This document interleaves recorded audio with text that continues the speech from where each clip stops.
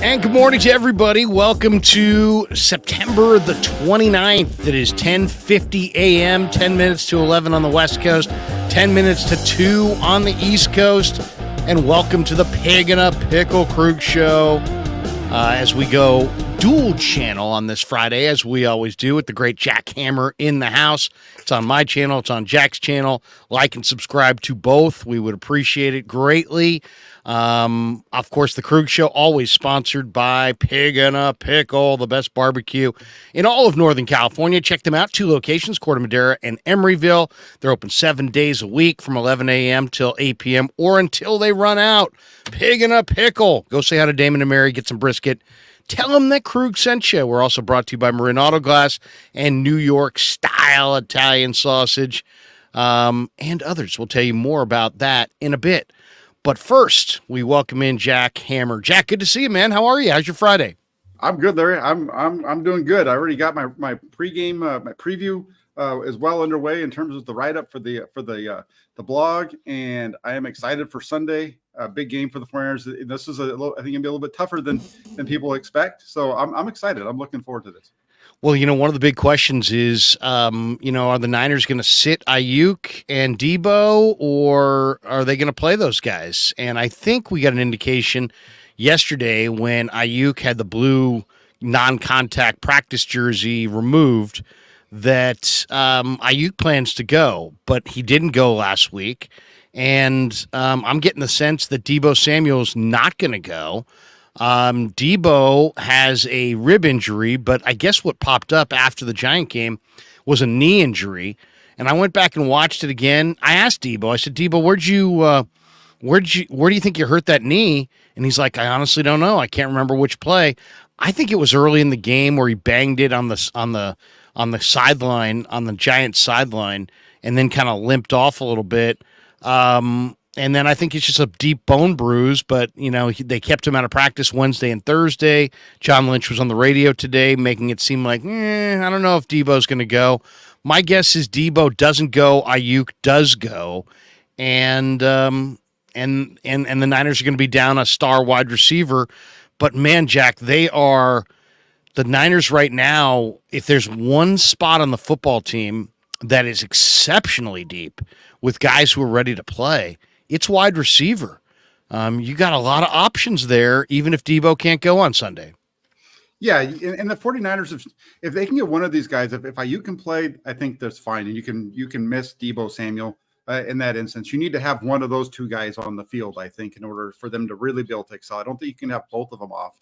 They showed it last year when Deebo was hurt for 3 weeks, against the who was it? Seattle, and there was 3 games in a row there where he was out, and they won. They averaged over 30 points a game in those, right? 21, 37, and 37 in those 3 games without Deebo Samuel. So they can get by without Deebo for a couple of weeks if they need to.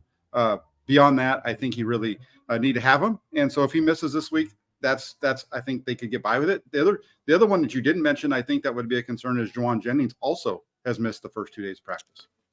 Right, and also another bruise, I believe. It's a shin, but, probably pretty painful. I do remember the play that he hurt his shin on, and it looked painful. But here's the 49er depth chart. You have Ayuk and Deebo. You've got Juwan. You also have Ray McLeod. Mm-hmm. You have a young receiver in Ronnie Bell who had a 100-yard day in the preseason and has looked really, really good. And then when you look on the practice squad, the Niners have the veteran Willie Snead on the practice squad. And, Willie has practiced incredibly hard all summer long. I thought he had a phenomenal camp. To me, it looked like he'd found the fountain of youth. Then you also can mix in the fact they've got Isaiah Winstead. They have Chris Conley. They have Tay Martin. So, I don't think they could go without Deebo and Ayuk for very long. But I actually think they could beat the Cardinals with neither Deebo nor Ayuk if need be. It's not ideal, and it puts a lot more pressure on Kittle and CMC and obviously Brock Purdy, and maybe the Niner defense. But I think they could do it. And not to mention they're deep at running back. You could always flex out McCaffrey and utilize him as a wide receiver. They do have a lot of depth at wide receiver, and with Willie Snead sitting there, you got a guy who's played a lot of NFL football.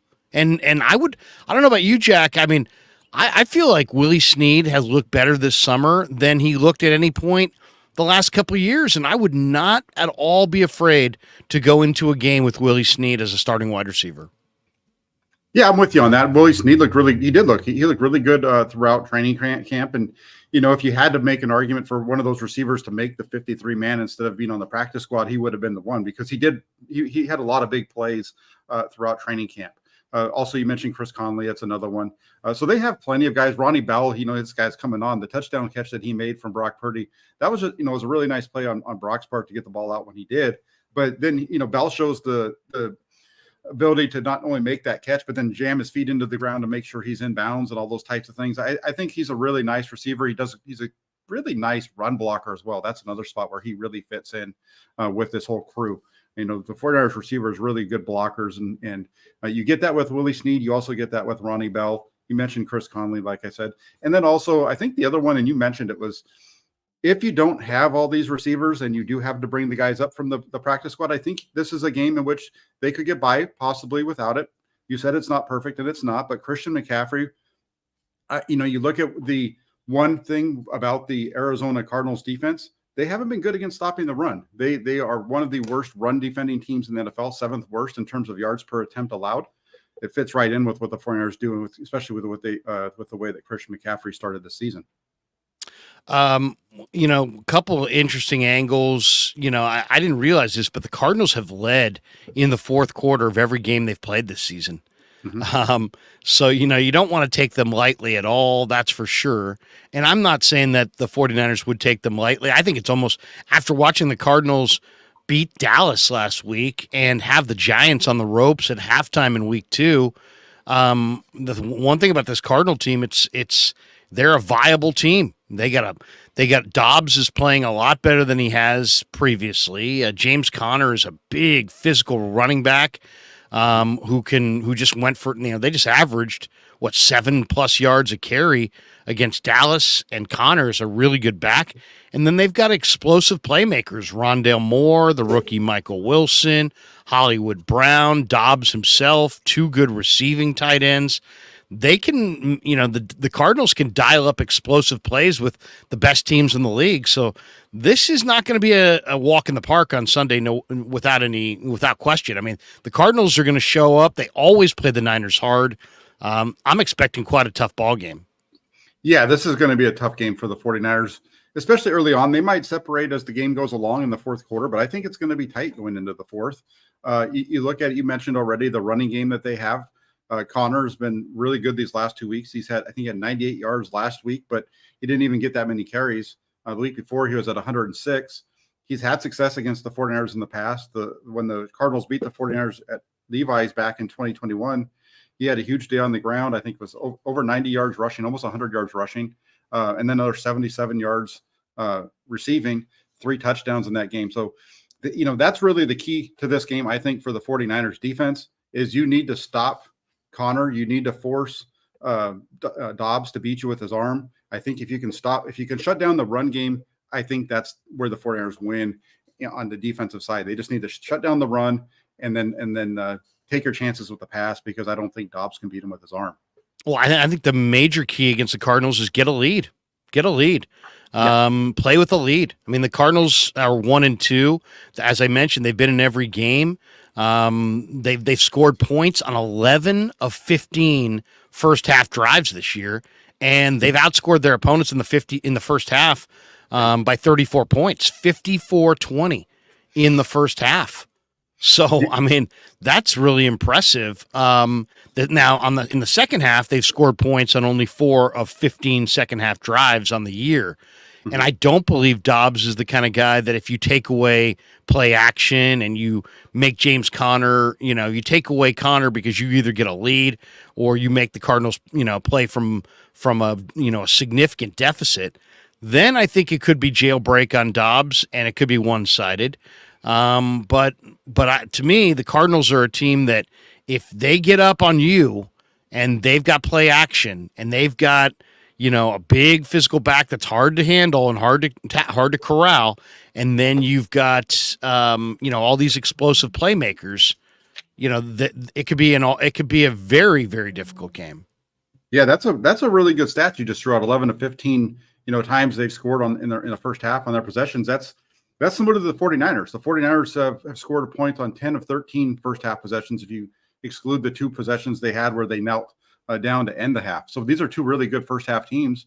And I think the other point that you made there that's really good is if you can get up on them early, if the defense can make a couple stops and the offense plays the way that they've played all season, then this game could be over with by half. Because I think if you're up by 2 scores at halftime, or if you can get up by 10, that's still 2 scores, Jack. Come on now. Yeah, I think if you can get up by 10, by 10 or something like that at halftime, I think you really are in control of the game, because I just don't see Arizona as being a team that's going to be able to come out and strike quickly against you.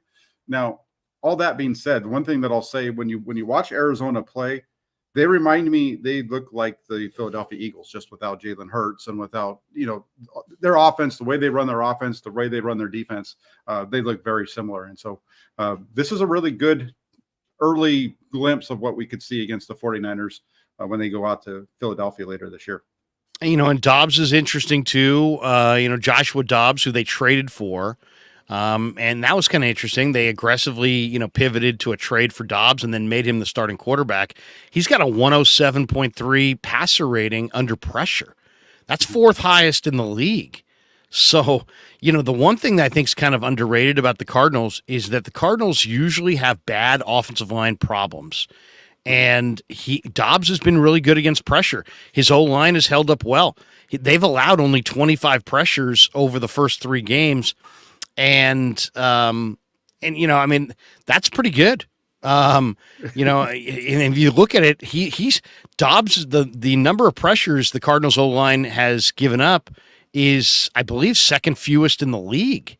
But even when he's under pressure, Dobbs has completed 70.8% of his passes under pressure, 17 of 24, highest in the league with the 107.3 passer rating, trailing only Herbert, Baker Mayfield, and Kirk Cousins. So, and I'll say this, Dallas has got a defensive line that's really powerful and explosive. They can create a ton of pressures. Dallas only had 11 pressures. 5 of them were Micah Parsons. So, now here comes Nick Bosa, but the interior of Arizona's line has allowed 17 of the 25 pressures. To me, this Cardinal line, Jack, is kind of the surprise unit on the team. I mean, it's DJ Humphries at left tackle, Elijah Wilkinson at left guard, Froholt, I think is he from Chico, at center, and then you got the big Will Hernandez, huge broad-based right guard, the former New York Giant, at right guard, and then Paris Johnson, their first-round draft choice, who's a very talented offensive lineman, even though he's a rookie, at right tackle. These guys are standing up and doing a job so far. Yeah, and I think I think it's one of those things where when you look at the Cardinals, it's part of what they're able to do, and I think what helps that offensive line out is they are very run focused, and so because they run the ball so well, and the way in which they run the ball is a little bit different than what most teams do in the NFL, because they do so much with the quarterback option as part of their game. You've got to honor that player, so that takes somebody out of the box in order to make those tackles, and so then what the other way that helps is in the passing game. Now you don't get quite as much of a pass rush right off the bat, because teams can't pin their ears back, because they've got to focus on stopping the option and all those different types of things. So I think that slows down the pass rush a little bit. And so kind of everything that the Cardinals are doing offensively has helped them be a better team on offense, right? That running game makes it easier to pass if you're able to do it that way. And then on top of it, Dobbs is not getting pressured very much. And I think, again, it's all stemming from their ability to run the ball. And they're very balanced. They have, I think, 82 runs on the season. And I think they're right around 82 passes as well. So they're a very balanced offense. And when you can keep a team balanced, that's tough. And like you mentioned, they're scoring points in the first half. And that's allowing them to stay with that running game. And so the 49ers need to come out, and they really need to be physical. They need to play they got to play assignment-based football, but they have to be able to play fast as well. If they can kind of slow them down, we saw them struggle a little bit in the first part of the game against the Giants with the movement of Daniel Jones. Hope maybe that helps them out a little bit this week, because they're going to see another quarterback that moves around a lot and very similar type of running scheme. Glass City weighs in. He says, I don't agree with Larry. When you aspire to win the bowl, every win counts. If one or two of your best offensive weapons are healthy enough to play, then they play. Learn a lesson from last year, Atlanta and KC. I'm just saying that, first of all, every game that you play, you can lose somebody for the year. And when guys are less than 100%, I think they're more susceptible to an injury. And if, I would rather spread that punishment, because that's really what these games are. It's physical punishment. I'd rather spread that around. And to me, it's like, okay, if you play Ayuk and Debo and Jennings this week against the Cardinals, and they're less than 100%, and they get injured worse, well, what if you lose next week to Dallas? What if you could beat Arizona with Willie Snead and and Tay Martin and your backup receivers, but you couldn't beat Dallas with them? Well, if you get your receivers hurt worse this week, you may have to go with your backup receivers against a better team a week from now in the Cowboys. And I agree, every game matters. It's just, and I'm not saying voluntarily sit out healthy players. I'm saying injured players, if you have depth, let them heal. That would be my argument. If you don't have guys who you can win with, then you just got to roll them out there and hope they don't get more injured. But when you have the kind of backup receivers the Niners have, you could potentially, sit a Debo or an Ayuk and get them ready for Dallas and still win this game. We'll see. Well, how do you look at the Niner offense, regardless of receiver, against Arizona's defense? Because Arizona's defense is the ultimate no-name defense going right now. And they've got some injuries as well. Josh Woods, Jonathan Ledbetter, Chris Barnes. No, those aren't big names, but all three of those guys are hurt. Ledbetter and Woods start for them. When you see their defense, I mean, what I see is you got to get Kazir White blocked. He makes a ton of tackles. He's the left inside linebacker. And then the other guy that really impresses me is Keitrell Clark, the rookie corner, number 13 from Louisville. He's rangy. He's quick. He's a difficult guy to beat. And to me, I'd much rather go against Marco Wilson, try to pick on Marco Wilson than take my chances with Clark. But they don't. It's not a big name. This is probably the least star-studded defense in football. Yeah, I look at this one as one where the 49ers really need to be able to run the ball. I think, the Cardinals, like I mentioned earlier, they haven't been good against the run. That's the one area that they've struggled. They've given up 4.6 yards per rush attempt, the seventh most rushing yards by any defense this season. Just last week, they gave up 122 yards, I think it was, to the running back from Dallas, and that was against a Dallas team that was playing without three of its starting offensive linemen, and they still ran the ball really well against Arizona. So now you get the 49ers in here. I think this is a big game for Christian McCaffrey. He's been really good so far to start the year. Jorge over in the comment section says, they should use Mason way more against Arizona. I would agree with that. This is a game where I think the 49ers, especially if they're missing a couple of wide receivers, I think this is a game that you see more of maybe them be a little bit more towards the rushing attack than what we've seen in the past. They've been a little bit more pass heavy early in games to start the season here. So maybe this is one where they come out running the ball. I think, again, I look at this defense and I see a defense that attacks the ball the same way that Philadelphia does. They're getting after the quarterback and they're tackling, they're rushing the quarterback and tackling the run on the way to the quarterback. If the 49ers can just create a couple of creases, there's big runs to be had here. Be patient. Don't necessarily need to over-attack and be over-aggressive in the passing game early on. Let that come to you to really get this run game going, and I think that really plays into the 49ers' favor. All right, we're 20 minutes into our live stream. Jack Hammer in the house on our dual stream.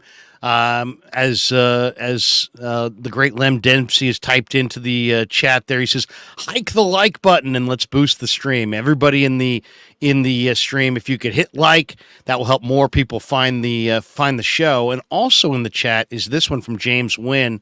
or James Nguyen. I'm not sure how he pronounces it. He says, at the Krueg Show, I'm proposing a new schedule for the NFL: 23 weeks, 3 bye weeks, which will reduce injuries by, he says, 30%. 20-game schedule, 19% increase in revenue for teams. What do you think? Should the NFL? I mean, the NFL owns the sports calendar. From whenever it starts to whenever it finishes, they own the calendar. What do you think of James's thought here, Jack? To maybe ease the physical burden on the players.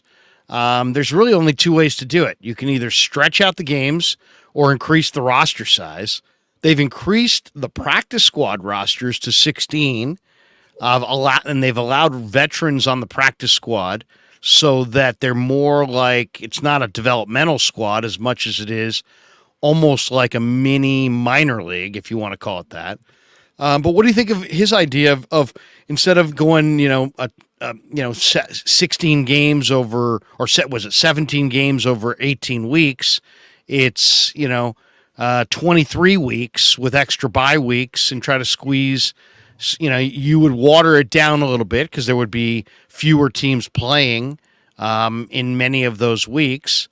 But overall, you would stretch out the season, so the NFL would commandeer more total weeks of the sports schedule compared to some of the other sports. What do you think of the concept of stretching out the schedule? I don't think it's quite as crazy as it might look when you first look at that, what he laid out there. Because basically what James is saying is get rid of the preseason. Turn those preseason games into regular season games, and then you're adding 1 bye week on top of it, right? So right now it's 22 weeks. It's 22 weeks with 2 bye weeks because they have the 3 preseason games, but then after that 3rd preseason game, there's a bye week, and then the season starts and every team has a bye week there. So it's not really changing a whole lot. Where I see this having problems is when it comes to the Players Association, because yes, you're going to get a bump in that increase in revenue for the teams. So that's good for the teams. But what about the players? So because now with those 3 preseason games, instead of those being preseason games where those starters, those guys that really are going to spend most of the season playing, they don't really play in the preseason anyway. Now they're going to have to go put their bodies on the line for 3 more games than they're doing now.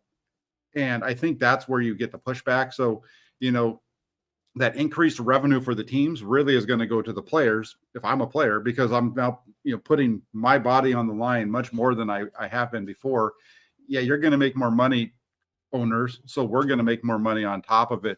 And plus our careers are going to be shortened because you've just added basically, just a little less than a quarter of this more of games that we're going to have to play every year. Right. That's a big bump. It's about a fifth, of the number of games. So you've reduced our potentially reduced our earning potential in terms of years, because now by playing more games in each year, we're going to be able to be around for fewer years. So that's where I see this maybe having some issues, is when you start getting into the players, because the players have already talked about this type of thing. It was part of the argument against going to 17 game schedule, and they've already, when they're talking about going to 18, you're already hearing this discussion. I've never been a fan of the preseason. I don't like sticking it to the fans for regular season prices for meaningless games. There is no such thing in college football. Every game counts. I would be all for growing the regular season, adding the buys, or adding a bye, and getting rid of the preseason altogether. And maybe, preseason football is replaced by joint practices. Heck, Kyle Shanahan has told me multiple times through the years that he prefers joint practices to preseason games as an evaluation and developmental tool. Yep. He feels like he can get more done in the joint practices than he can in a preseason game. Yep. So, it's something to consider. Eric Pierce has a good question here, Jack. He says, are you guys confident in the Niners' run defense? The Niners last year were number 1 in the NFL against the run. And if you look at this year, week 1, they got Najee Harris and Jaylen Warren, right? Was it Jaylen Warren? And Najee is not Najee runs upright, and I don't know. I'm not sure how good of a running back Najee is. In week 2, the Niners got Kyron Williams, from the Rams, and they did pretty good job against him. In week 3, they got a New York Giant team that didn't have Saquon Barkley. Are we going to see James Conner kind of expose that the 49er run D is not quite as good as we think? I mean, are we going to be talking about the Niner run D as a problem Sunday night? I'm confident in them, but I can see it being an issue because this is a different type of scheme than what they've seen. I guess it's somewhat similar to the Giants in terms of the option run game with the quarterback, but it's different because I think James Conner is better than Matt Breida in terms of running up the middle and the things that the Giants like to do. That there's a reason why Saquon's the guy over there, and they didn't have to face him. So I can see that the Farmers have been pretty good against Connor, though, the last couple of times that they faced them, past, beyond 20 last season, they were pretty good against them. I do think that there's a possibility that they could be exposed a little bit. There's just so much going on that if they're over focused on that run, that's again where this Arizona offense with Dobbs' ability to run off of the option really create some issues that you've got to be really strong at the point of attack with these defensive linemen. You got to, if you can. It's really going to start up front. If Javon Hargrave and Nick Bosa and Eric Armstead and Drake Jackson or Clelin Ferrell, whoever the other starter is, they need to be really strong at the point of attack and not getting pushed around to make it so that then you've got those one-on-one tackles with your linebackers and Fred Warner and Dre Greenlaw not overrunning those plays, and they need to be able to make the tackle in the hole. So, I look at this and I say, my marquee matchup for this is Fred Warner against Connor, because there's going to be a lot of one-on-one situations with them in the run game, and Warner's going to have to make the tackles in order to help this defense out. One from the chat, it says, slight small derail. Ask Jack about the Giants. Is he talking about the San Francisco Giants or the New York Giants? I think he's probably talking about the New York Giants, but I don't really know what he's at, what he's getting at with the Giants. You can ask me about the San Francisco Giants. I said it early in the season that what Farhan's done is what they've done with the San Francisco Giants is they play Moneyball, and they've basically turned the Giants organization into the Oakland A's. I mean, that's really what they've done. Yeah, they had a nice little run, and all of a sudden they got hot in the middle of the season. But we're watching a crappy product in San Francisco. There's nothing to get you excited to watch those games. They don't have any. They got lucky that they didn't get the guy that they went after in Correa, in free agency, but they just don't have anybody to bring you to the yard. They don't have starting pitching. You can't go out there and do this with this bullpen stuff that they did all season. They're not as far away from being a playoff team as you would think, but there's nothing exciting about the way that they play. It's boring baseball, and that's why 49er football has took over really quick. Yeah, James Nguyen says, "Ooh, San Francisco Giants." Yeah. Would you be in favor of dumping Farhan, Kapler, both, neither? What do you think? You go ahead. You can go ahead and get rid of both of them. I think the Giants need to start getting after it in terms of getting guys in here that the train is coming to pick up Farhan and take him out of San Francisco. No, but I think that the Giants need some excitement, right? That's the whole thing. The Bay Area is the guy you used to work with all the time, Gary Radnich, used to say this all the time. The Bay Area is all about being entertained, and if they're not going to be entertained, they're not going to show up. And the Giants aren't entertaining at all, and they don't have anybody to bring you to the yard. They don't have anybody that makes you want to sit down and watch them hit the ball or pitch. They just don't have that. They Kyle Harrison, for a couple of weeks, people wanted to watch him pitch, but it didn't last, and they just don't have. There's just no excitement at all around the Giants. Yeah, you need some stars. That's what Gary used to say all the time. You need stars. The Warriors have stars. The Niners have stars. The Giants have just a bunch of dudes, just a bunch of guys, and there's no star there.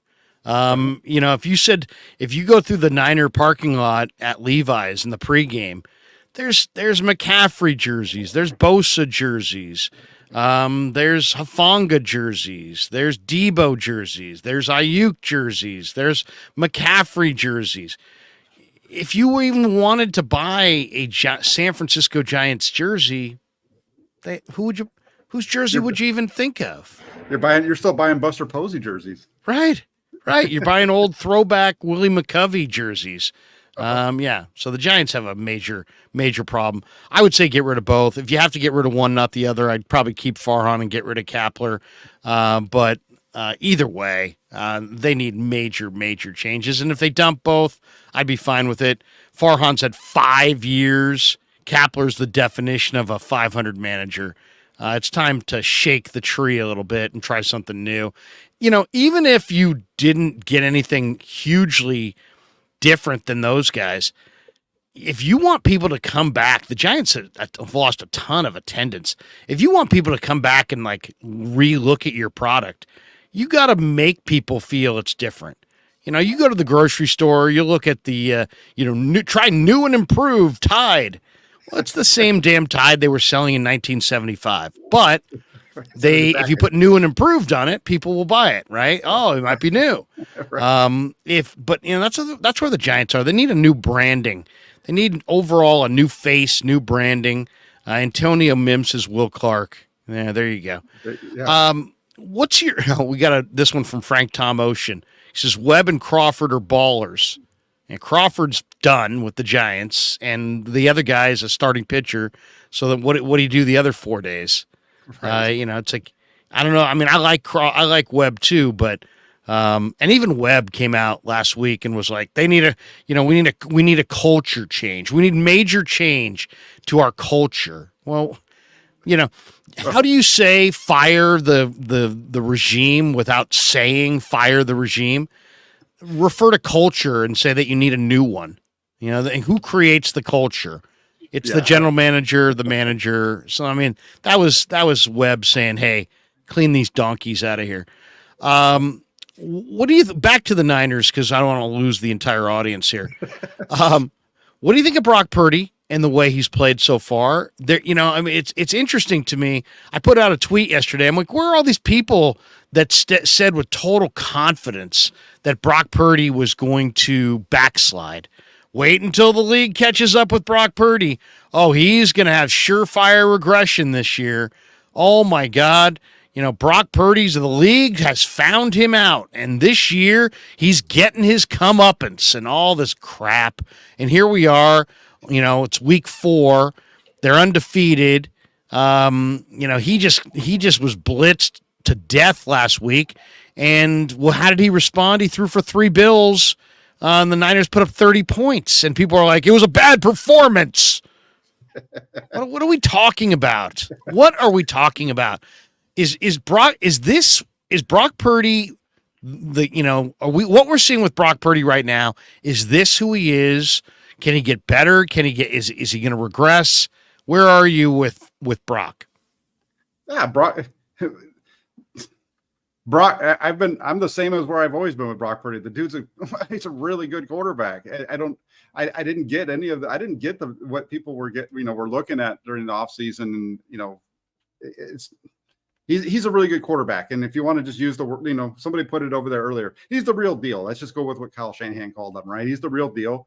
The thing with Brock Purdy is, he's not the biggest, he's not the strongest, he's not whatever. He wasn't a first-round draft pick, so he's always going to get knocked, what have you, whatever. Watch the games and you watch him play.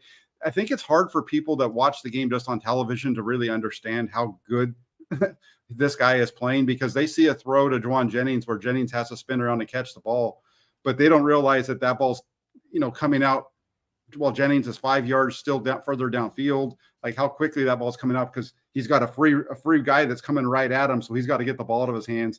And he's trusting that Jennings is going to get to the spot where this ball's going to.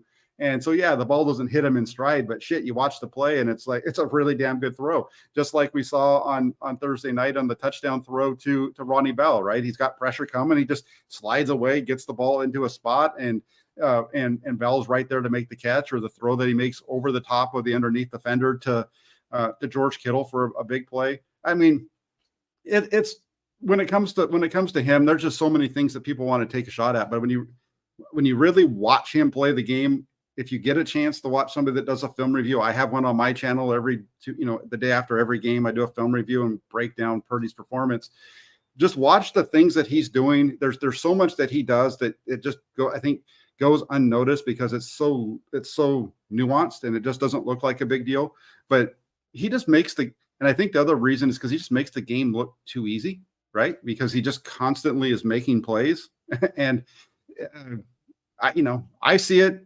I know Tim, the guy that does the color commentary with Greg Pop, Tim Ryan. I know he sees it. I was in the press box after the game on Thursday night doing my write up. I didn't go down on Thursday night. I was just doing my write up, and he starts to leave, and some people, I hear him. You could hear him, from the other side of the baritone voice. Yeah, and we know what he's talking about, and I see it all. I see it all just like that too. It's the guy's just a really good quarterback who does things at such a high level that it doesn't look difficult. And I think for a lot of people, they don't see it. And again, he's not Josh Allen. He's not Jalen Hurts. He's not those guys. So, he gets looked down upon. Whereas you look at, like, I put out a thing yesterday, turnover worthy throws, right? Because these turnover worthy throws or plays or something that people bring up again to knock Brock Purdy. Well, he had 4 turnover worthy throws so far in the first 3 weeks of the season. That sounds bad until you realize, well, he had 4 turnover worthy throws in his first 3 games,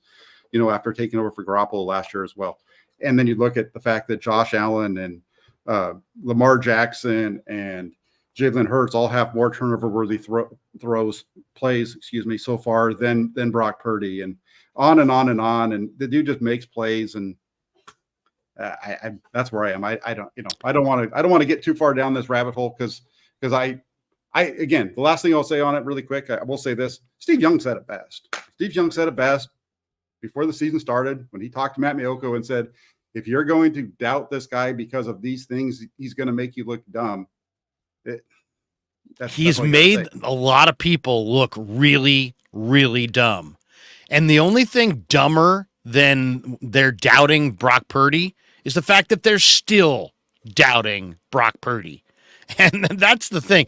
I hear some of these guys, and it's pathetic. It's like, okay, if you doubted him last year, fine. But then he did it. And then he did it in the playoffs. And then you doubted him this offseason. Okay, he had the elbow surgery. You doubted his ability to come back from it. But then he came back from it. And if you're doubting him in the preseason and pointing to camp stats and this and that and falling for these ridiculous notions in August, I don't know what to say. But if you're doubting him now as they're undefeated, scoring 30 points a game, you're doing so. I mean, if you're a content creator openly doubting him, you're losing credibility and probably support by the minute. It's like, all right, all people who have doubted Brock Purdy, this is what you need to do. Go on your channel, go on your Twitter account and master this little statement. I was wrong. I don't know what I'm talking about. I was wrong about Brock Purdy. I thought I knew football. I don't know football like I thought I did. Other people know more about it than I do. I'm a fan and I love the Niners, but when it came to Brock, I was wrong. Just say it. Just say it. Embrace it. Really lean into it. I was wrong. Say it. And those of you out there, you know who you are, Ted and others. I was wrong. Don't keep digging yourself a deeper hole. But this, but that, but this, and the Giants didn't have this guy, and the Steelers didn't have that guy. Look at what the Steeler defense, look what Brock did to the Steeler defense in week 1 in the Steelers' place. Look what that exact same Steeler defense made Jimmy Garoppolo look like in Vegas on the road. Mm-hmm. Brock Purdy played better against the Steelers in week 1 in Pittsburgh than Jimmy Garoppolo played against the same Steeler defense at home a couple weeks later. I was wrong. That's your only way out. You just look really, really, really bad and stupid to just keep pointing to, but he isn't this, and he isn't that, and he's not, Yeah. Seriously, I was wrong. Just say it. Just say it and move on.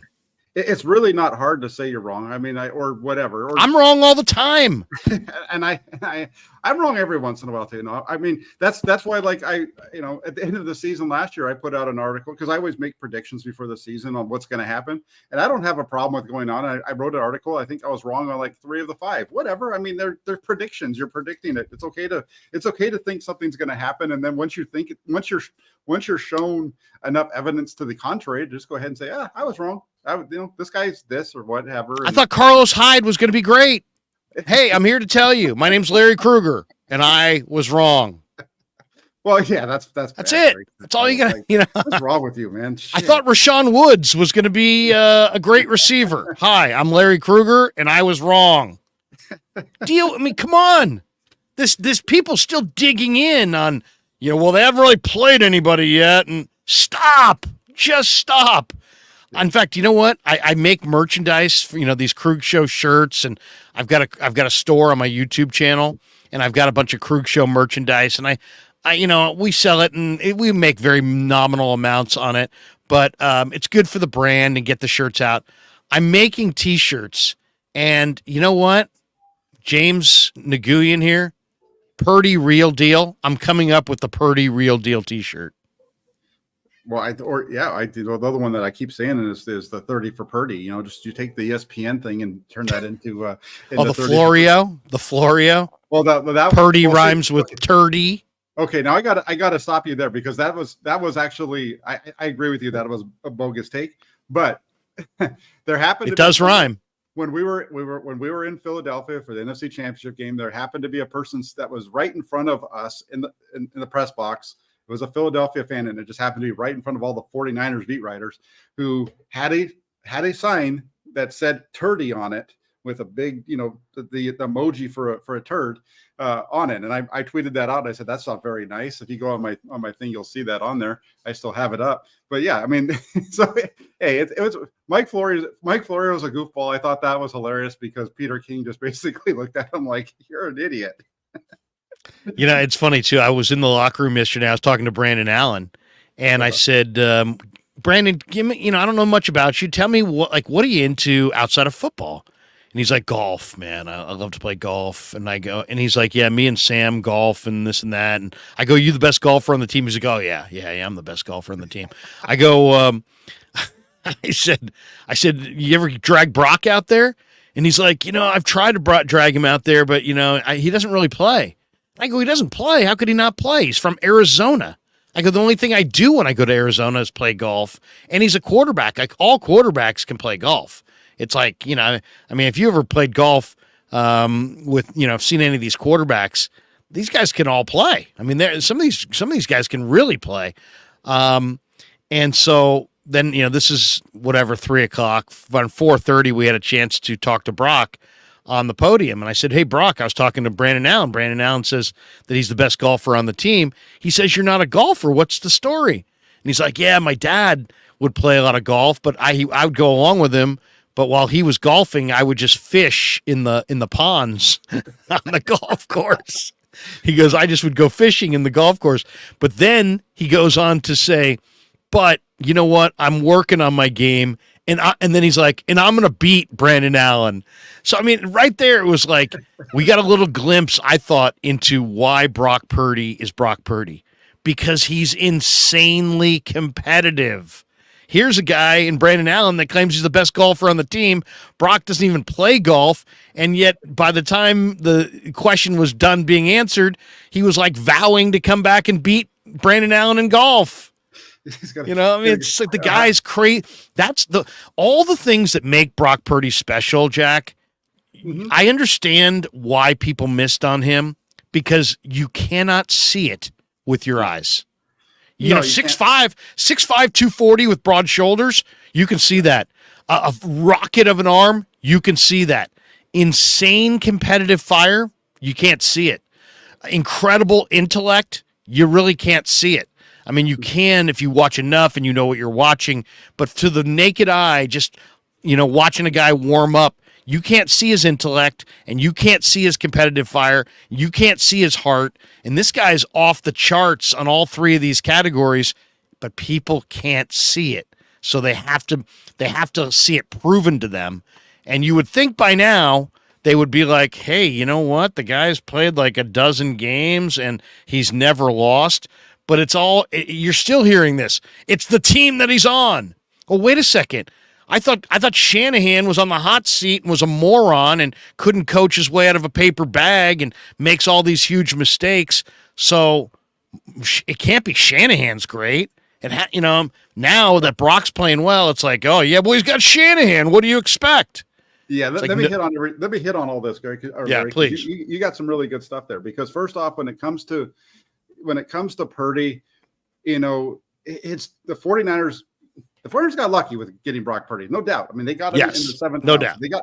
They got lucky. They liked the player, but they got lucky that they took him. If you just kind of listen to that discussion, they got lucky that they took him when they did because they probably wouldn't have got him as an undrafted free agent. So they got lucky with taking him at 262. But you know what?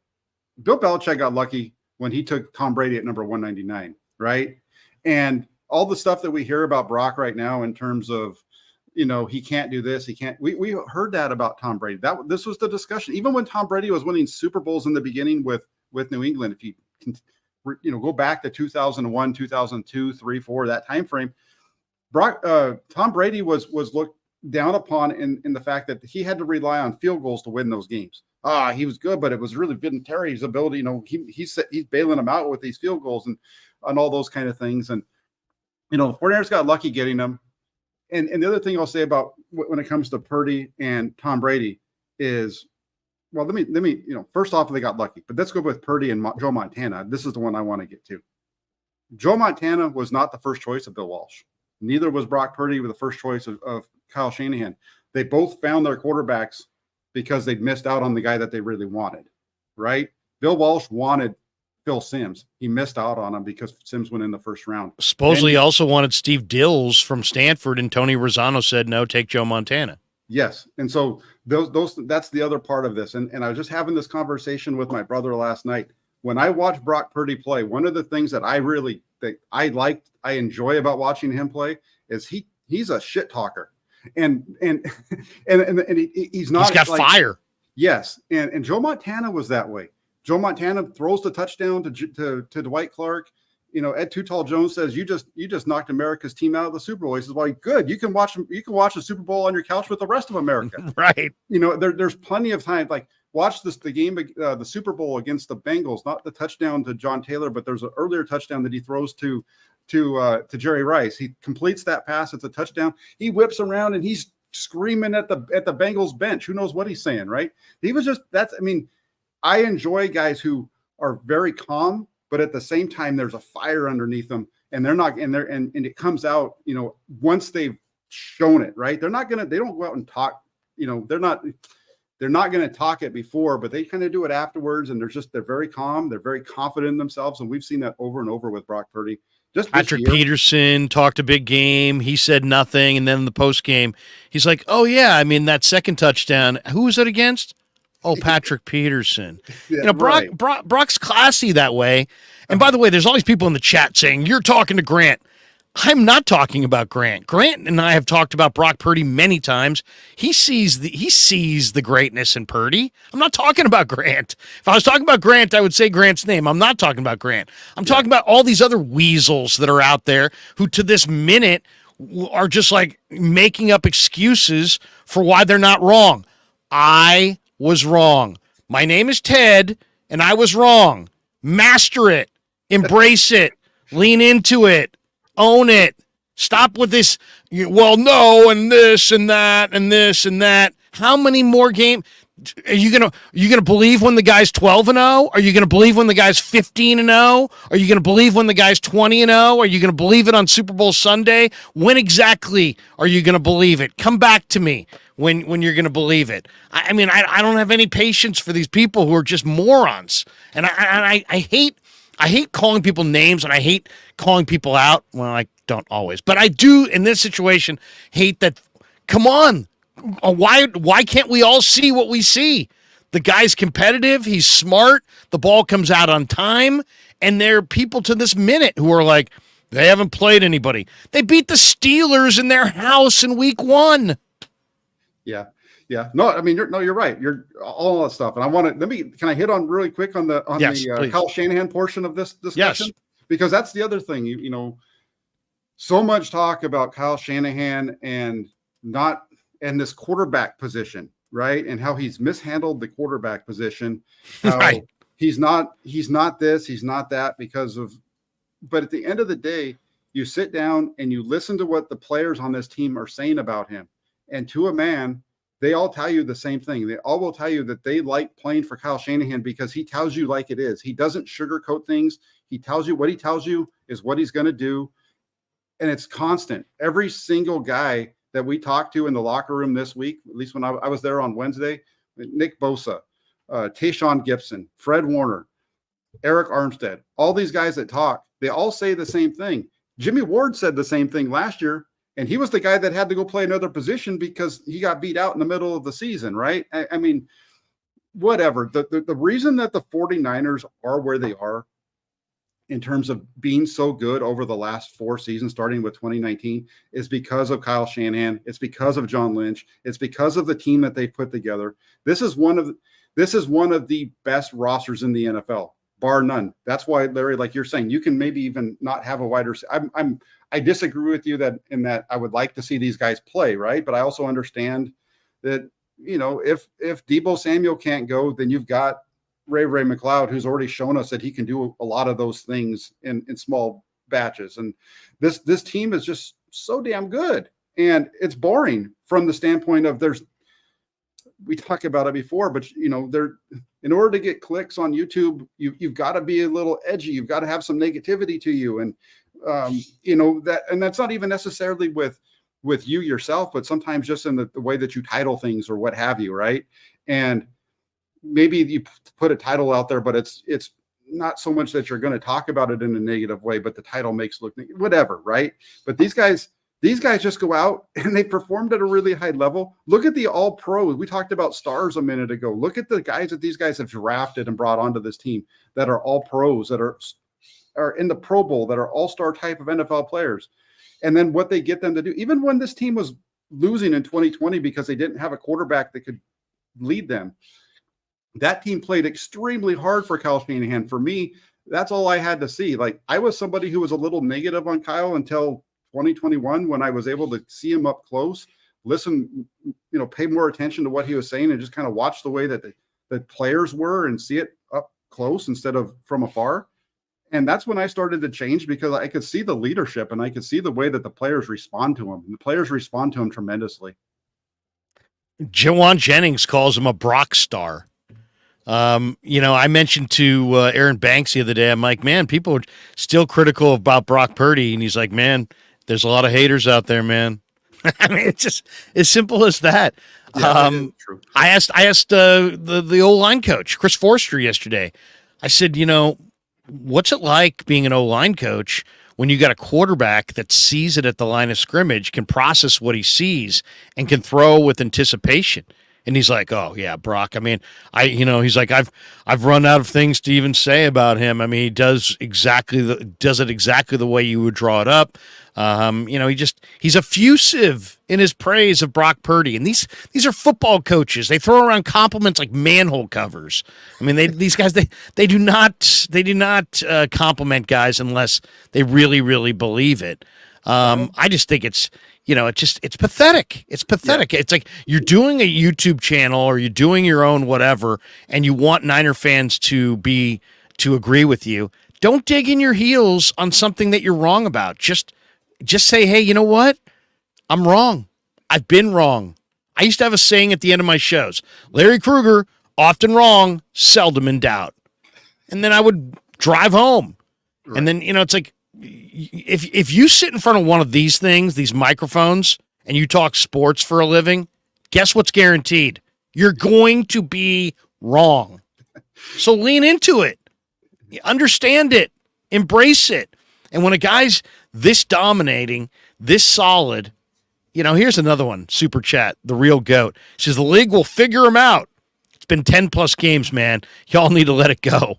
Those who are hating are cheering for teams who recycle quarterbacks yearly. I saw some moron on my timeline the other day yesterday saying that Green Bay quarterback Love is better than Purdy. I'm like, what are you watching? I mean, seriously. In what universe is Jordan Love better than Brock Purdy? Yeah, for a long time, 49er fans would watch teams around the league and they'd be like, man, if we could just have that guy, if we could just have that guy, or if we could just have an offense that does this, well, guess what? You're now living that. You now have a quarterback that can do this, and an offense that can do that, and an offense that's explosive and whatever. Like this, I mean, that's just Brock Purdy. This is Steve Weiss was with Rich Eisen the other day. And he says that Brock Purdy's a sleeper MVP type of candidate. And what he points to is he says that his teammates call him a killer. And that's again where it kind of falls back into that Montana thing where they feel like he is their guy, right? The players feel like Brock Purdy is their guy. They feel like when they have to go 45 yards at the end of a game, or they got to go 75 yards, that he's going to go out there and he's going to be able to get it done. And a lot of it comes from because they say that, he enjoys that moment, that you can see that he's excited in that moment. And the players really, really like the guy, and they believe in him. They believe in him wholeheartedly. That locker room believes in Brock Purdy. It doesn't matter what any of us say. It doesn't matter what anybody outside of that locker room says, because it's been going on all off season. It's been going on for a year and a half. It doesn't matter. The players, they know what's going on, and it's happening in San Francisco with Brock Purdy right now. It's very positive. By the way, there are some media people that complained yesterday because, their practice was at 1. The media availability was like around 3, and that then Brock wasn't ready to talk to us till like 4:30. Well, he comes into the room. First of all, I'm like, what do you think the guy's doing? Playing chess in the other room? He's in meetings. He's getting ready to play on Sunday. This guy's putting in the work. But what does he do when he walks in the room? He's like, "Hey guys, sorry that I kept you guys so long. This and that." And and I think somebody said like, "What have you been doing?" or something like that. He's like, "Yeah, meetings." He's trying to win on fucking Sunday is what he's doing. My God, that's what he's doing. Who cares? I don't care. I'll sit there till 5:15. I'll miss Thursday night football. I'd rather my quarterback be ready to go on Sunday. And if he's got to have 3 extra meetings to be ready to go, then so be it. And if I got to sit around and wait for him to come talk to us, that's fine as well. We got this one. Congrats on 10,000 subs, Jack, at Inside the 49ers with Jack Hammer. Krug, what's up, man? Great combo you guys are. Peace and love. Keep up the good work. 10,000 subs, huh, Jack? Yeah, I got that a few weeks ago. One of the things that I really went into over the summer, my goal was to get to where I had more followers and subscribers on my YouTube channel than on Twitter, because it's a better platform, I think. And I passed that finally. So I've got more subs on my YouTube channel now than I do on Twitter. That's good job, man. Good job. You put out good content. You deserve all the success you get. Everybody hit like and subscribe here. Go hit Jack's channel. Hit like and subscribe over there. The man puts out good content and he works hard. Kyle is like Larry. He'll tell you what you need to hear right to your face. I like that. I'll take that. Yeah. Josh sums it up with, Purdy haters are jackasses. Thank you, Kyle. Hutch serves gaming. You lazy, Larry. You lazy. Hutch, good to see you, bro. Eric Pierce says, Larry, what came first, the pig or the pickle? I would say the pig. That would be the pig. It's the pig and the pickle. Hutch says, Brock is that guy. He's the franchise quarterback for the Niners for the foreseeable future. Yes, he is. And they were lucky to get him, but guess what? They got him. Jack, let's finish with this. I got to go pick up my kid. If you could add one piece between now and the trade deadline, what piece do you want to add to get this team over the top? John Lynch comes up to you at practice. He says, Jack, give me, I got 5 different targets I could go get. I got one trade in me of to bring in a significant player before November 1st, and I'm trying to win the Super Bowl. What do you think? Yeah, the one place that you would go is a lockdown corner. That's the one thing that they don't have. They do a good job on defense, but they don't have a lockdown guy that really changes the game in that way. that's the direction I would go. We were talking about this a minute ago, but the 49ers have the second most explosive plays on offense in the NFL, 24, only 5 less than the Miami Dolphins, who everybody's gaga over. On defense, though, they've only allowed 5 explosive plays all season long. But I would still want to add a cornerback, because I think once you get into January and you're playing in those games, quarterbacks are better. You're going to have to be able to be tight in that area. And that would be the direction I would go as a cornerback. That's the one spot for me. Yeah, no, I agree. If you could get a Patrick Surtain Jr., I'd do it, especially watching Miami explode for 70 without Jalen Waddle. I think that's, I fear the Chiefs getting Mike Evans to go with what they've got. Eagles already have Devontae and A.J. Brown. If I could add one, you can't fake cornerbacks. And nothing against the guys they're pulling off the practice squad or off the street, but they're not Surtain. And if you could get a Surtain, I would do it. And then Shane Colmarino says, big fan of you both. Larry, thank you for the 40th birthday video from my sister. Only thing you have to say you're wrong about now is Grant. Ha, joking. Congrats, Jack.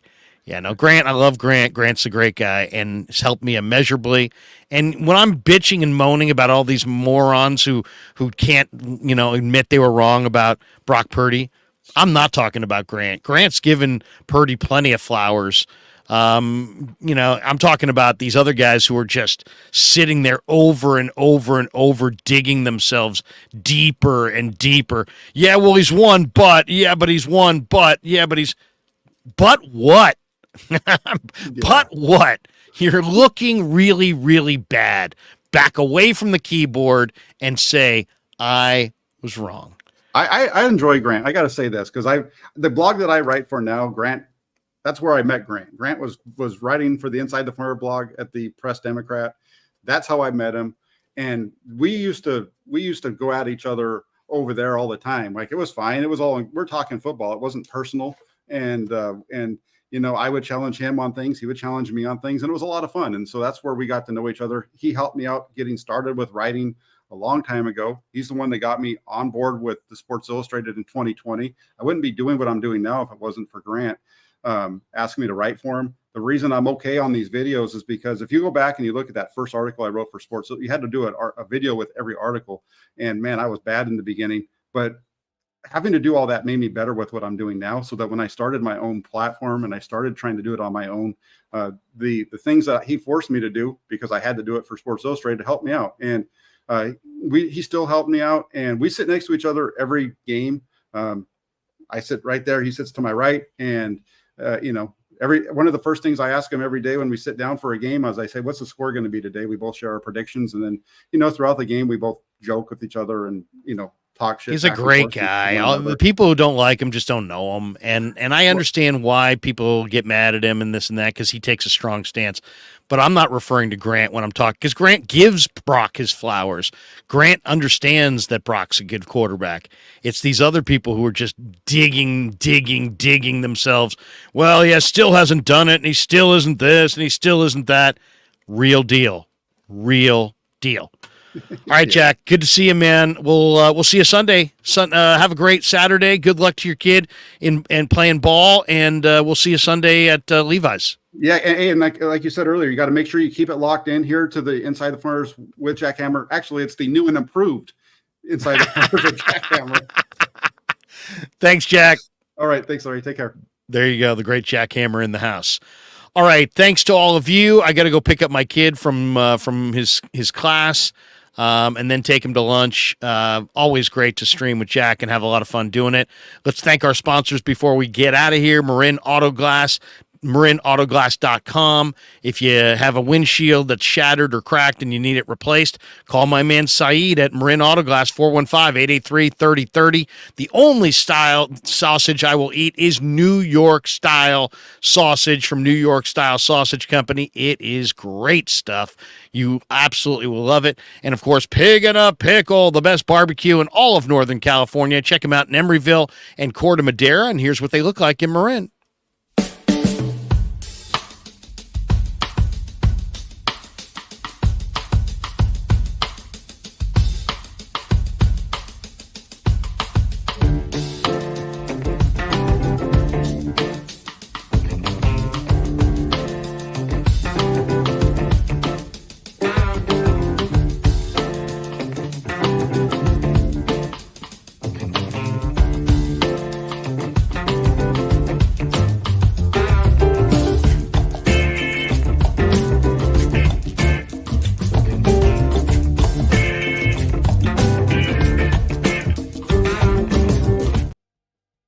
Welcome back to the Krueg Show, and we also want to thank our sponsor, New York Style Italian Sausage, which we've already thanked, but here is a little bit more about New York Style Italian Sausage. So New York Style Sausage was started over 70 years ago.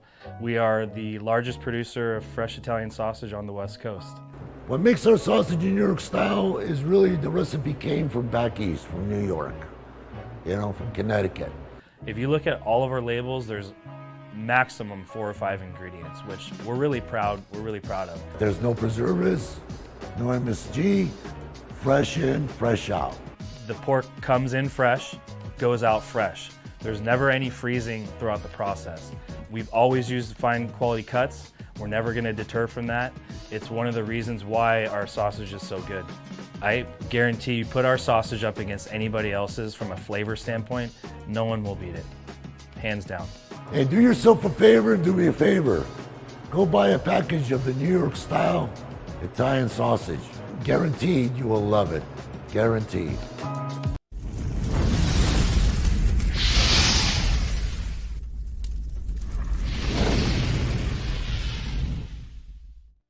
Today's show is also brought to you by Mojo Fantasy. Mojo Fantasy has introduced a whole new way to play fantasy football this season.